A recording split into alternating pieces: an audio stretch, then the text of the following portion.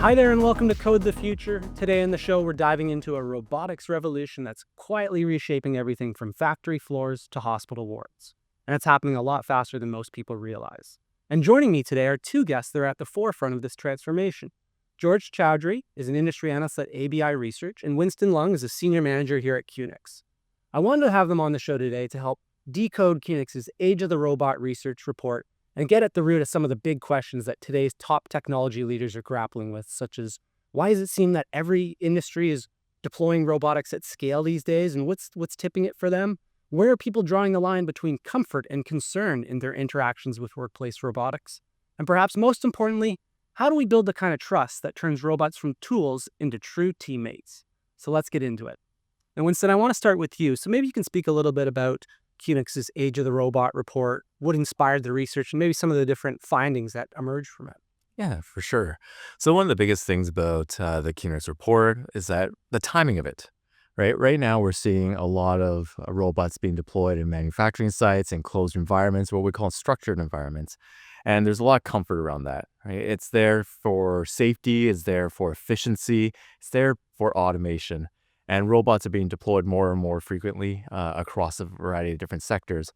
So now we're at this transition point where we're looking at it from a structured to unstructured environments.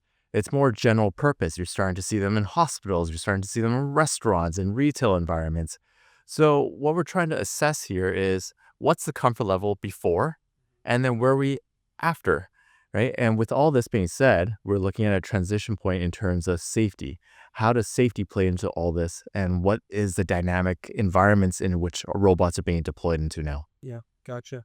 And so, George, from your perspective, I know ABI Research has projected that the robotics industry is going to triple in the next 5 years. I mean, can you speak to some of the different trends and technologies that are fueling that growth? I think a large part of it is technological maturity and the diversity of suppliers available for robotics.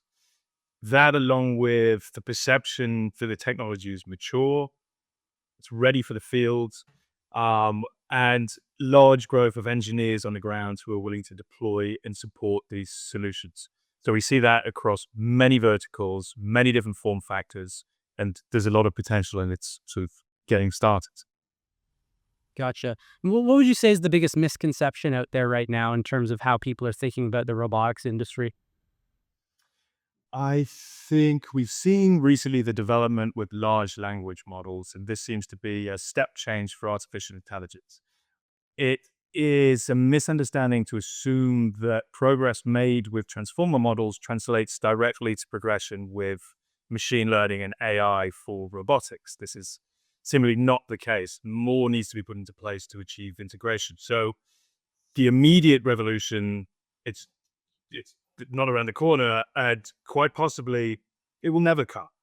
Machines will always need the support of other human beings. And I think something we need to get over is the idea that a robot will take somebody's job, whereas really it's a tool. It will extend human workers' capabilities. And this is something that we need to remain competitive within Western markets.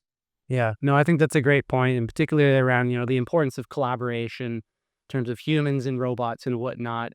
And I want to turn it back over to Winston. I mean, Winston, speaking again about the Age of the Robot report, what were some of the more unexpected findings that emerged from the report that really sort of took you for a loop? Yeah, for sure. So as I mentioned before, we talked about unstructured environments versus structured environments.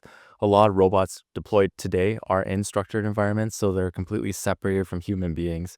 So there's a level of comfort around these robots, and you're starting to see that in the report where they're saying that safety, right, around robots is high, right? And the reason for that is probably because they're operating in separate environments.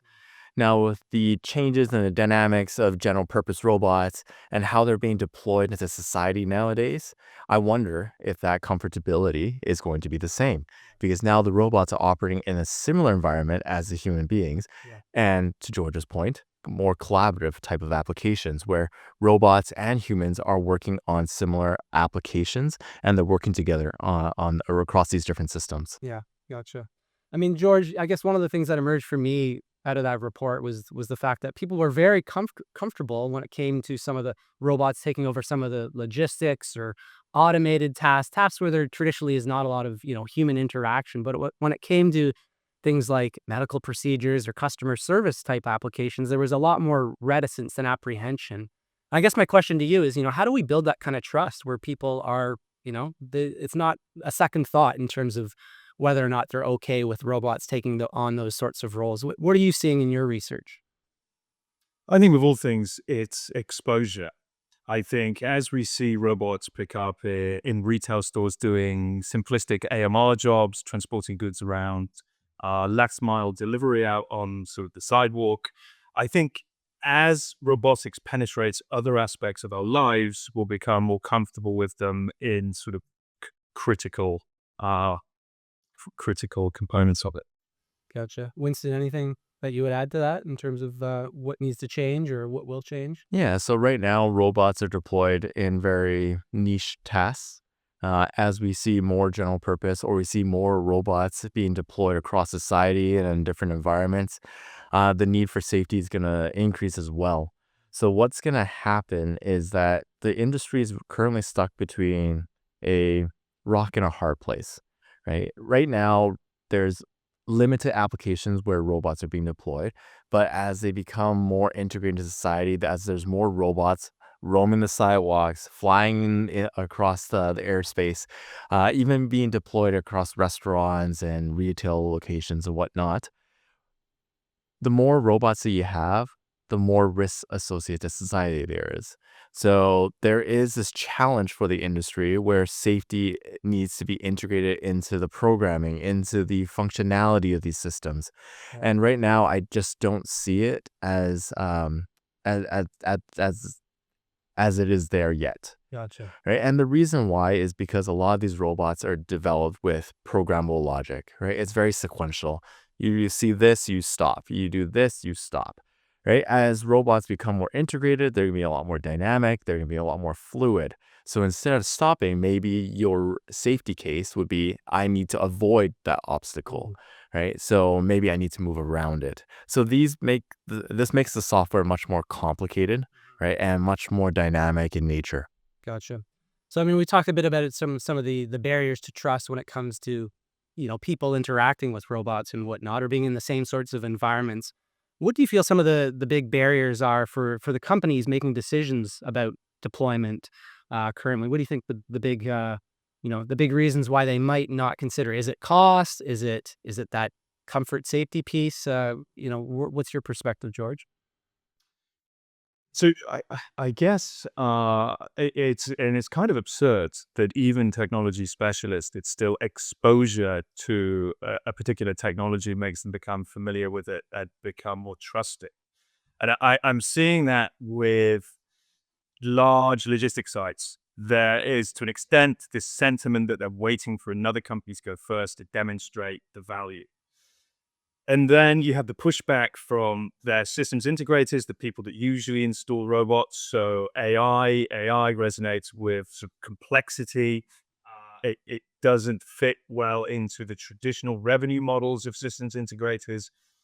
And then that's one of the biggest barriers because that means that the engineers on the ground who are getting the handoff of the machines from the integrators are not being trained sufficiently. They're not being taught of the potential capabilities, um, of the benefits truly of the next wave of automation. And so often we find that a company might buy some robots as a trial, some collaborative arms, for example, and they'll find that 6 months later, they're sat in a corner of the warehouse gathering dust because nobody's taught them how to use them or push forward with highlighting the benefits. That's how it seems to me. Hmm. Interesting. I mean, are you seeing different speeds across industries or even regions? And maybe even Winston, were there any interesting regional stats that emerged from the data that suggests that, one region is ahead or another region is, really quite far behind? I mean, I'll open it up to both of you guys. Yeah, I think one of the biggest things is affordability. When you're talking about robotics and especially robot arms or even humanoids, AMRs and whatnot, uh, the initial integration costs and purchase price is very, very high. Um, but that comes with volume as well. Right. So as people get more comfortable with robots, you'll get more robots coming into society. Yeah. So the volume will somewhat drop down the price as well. But now, with that being said, to George's point, integration is a huge component to robots. You can buy a robot, but it might not work out of the box. You need to integrate it into the different applications. Um, and with that, you need to have integrators that know how to build robots and integrate it with the applications that these companies are looking to deploy into. And as we're no longer just talking about manufacturing, right, and logistics, there's a lot of different applications robots are being deployed into now. So now these integrators need to look at not only the programming of these robots and what the end use case is, but they also need to look at the hazards and the risks associated with the robots and the environment that's operating in. Yeah. So there's a lot more complexities as we look at these unstructured environments or these societal robots or general purpose robots. So I think that's one of the biggest challenges that we face today, right? A lot of these integrators they're so used to this manufacturing or this warehouse and logistics types of environments. And now these robots are being deployed into other environments that they're not used to or have seen. Yeah. How do you program these how do you program these robots? How do you integrate them into these different environments now? Mm-hmm. Mm-hmm. Yeah. I would also add to your point, Winston, there's a demographic element to this. So manufacturers who have been around automation for their entire careers, they know how to behave around robots. They know generally how to interface with them and how to integrate them within their workflows. So I find that startups and companies that are targeting manufacturing with innovation are seeing the most success. When it comes to getting robotics into new verticals, we talk about retail, we talk about healthcare, the people, the professionals that are within these settings are not roboticists. They've had no experience with automation professionally, and nor should they have done. So then it comes to the question of how do we make machines as accessible as possible and as transparent as possible, so that people in whatever the aspect of society can pick up a machine, they can feel comfortable with it, they can feel safe, and they can deploy it to maximize value. And that's the challenge that startups and innovators within the robotic space are facing. George, I mean, what are you seeing from your research in terms of different regional differences? Is one region leading the way in terms of, light years ahead? Are there others that are, much further behind? How do you see the globe at the moment? China is very much leading the way currently. Um, there is vast government stimulus that's going towards industrial robotics, collaborative robots, and humanoids, and it varies on the 5-year plan. But it means that these companies generally can't fail. And we find that they compete massively with the established Western players, so the Yaskawa, the ABB, the KUKA, the Fanucs of this world, and increasingly those companies are losing market share. And then if we look at other aspects, so humanoids, for example, China has some regulatory framework in place already to introduce humanoids into commercial settings, which we in the West are a long way behind. So there's also a sentiment there, and you can see this through case studies of robots being deployed for disaster relief or autonomous taxis and sort of AI augmented infrastructure, which says that China is willing to take the chance and they have the resources behind it to be a global leader. What the West will have to do to compete remains unclear, and a lack of stimulus funding from the US administration and no cohesion within Europe, it should be a cause for concern for our industrial policy. When you think about, I guess 10 years from now, what does that ideal human robot collaboration look like? You spoke at the outset about, it's not like they're going to take all the jobs. It really much should be a tool to help humans do their jobs better or whatnot. So how do you think about, 10 years on, you can pick a vertical, what is that best case scenario? Is it just a matter of having lots of different robotic applications out there so that there's that comfort that we sort of spoke about, or how do you think about it? Yeah, I think it's that. I think it's, the surgeon has the cobot arm as a surgical assistant. Here we go, get it. It's saving me 50% of my time with these things. So it's incredibly precise, and it can run these analytics while I'm doing my job. And then you can think of the chef and the same thing. You have a collaborative robot arm where you say, I need you to cut these vegetables, and you do that while I do this, while I sear the steak or whatever. There is so many aspects of life, of work, where robots can offer value, and it's so close to being absolutely realizable. We're getting drips and drabs at the moment, and we'll see it first in the manufacturing and the logistics spaces, but it's coming out, and we should hope to see it augmenting workers, across the economy within the next 10 years. Yeah, gotcha. I like that idea of having a little sous chef in my kitchen to help me with meals with the kids. Be Winston, cool. same question to you. When you think about the future 10 years on, what does that blue sky scenario look like? Pick an industry Yes. application. Yeah, for sure. So I think in the past, it's dull, dangerous, and dirty type of applications. Now I would add delicate, right? So surgical robotic systems, when you're building your boards, adding in PCBs and whatnot. That's another element where robots are taking over society. But then beyond that, I think we're starting to see more general purpose robots, right? So these robots are becoming more integrated into society. But the question that we have here is there a differentiation between robots and automation, right? Not everything has to be robot, right? There's other form factors that could take place to automate certain processes. But robotics is the field that everyone's looking at to resolve a lot of their pain points that they're seeing in society today. Yeah, yeah. No, that's great. George, I mean, you speak to a ton of different people from across the industry, manufacturers, integrators, all sorts, all verticals. What is there one question or one theme that continues to come up time and time again that seems to be, keeping people up at night? Is it that cost piece? Is it perception, trust? I guess what sort of has emerged or bubbled to the surface? I think viability is the concern. And it's this perception thing. There's a lot of money pouring into this space, and there's a lot of hype around humanoids. To date, humanoids are failing to deliver in the ways that people had hoped.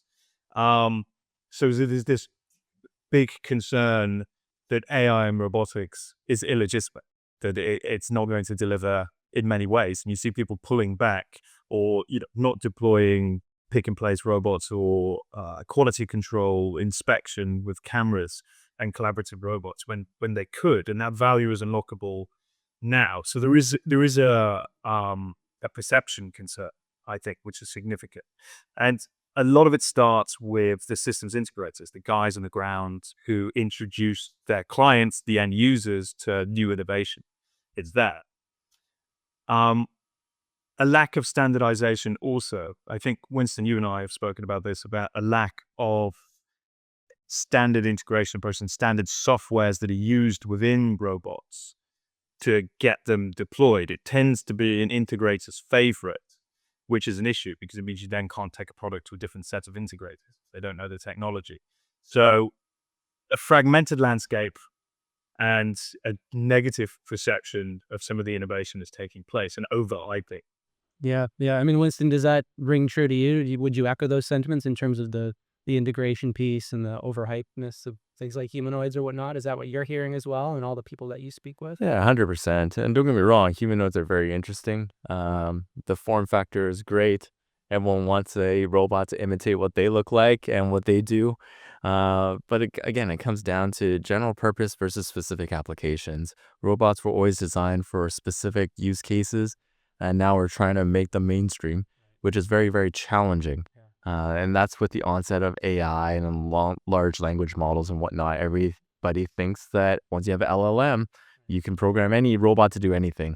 And that's just not the case. Yeah, yeah. More myth busting and level setting. That's what I'm hearing from both of you guys. So we're just about at time. Always our final question, and George, I'll start with you. If you could give your younger self a piece of advice, thinking back to when you started out in the industry, what would it be and why, knowing what you know now?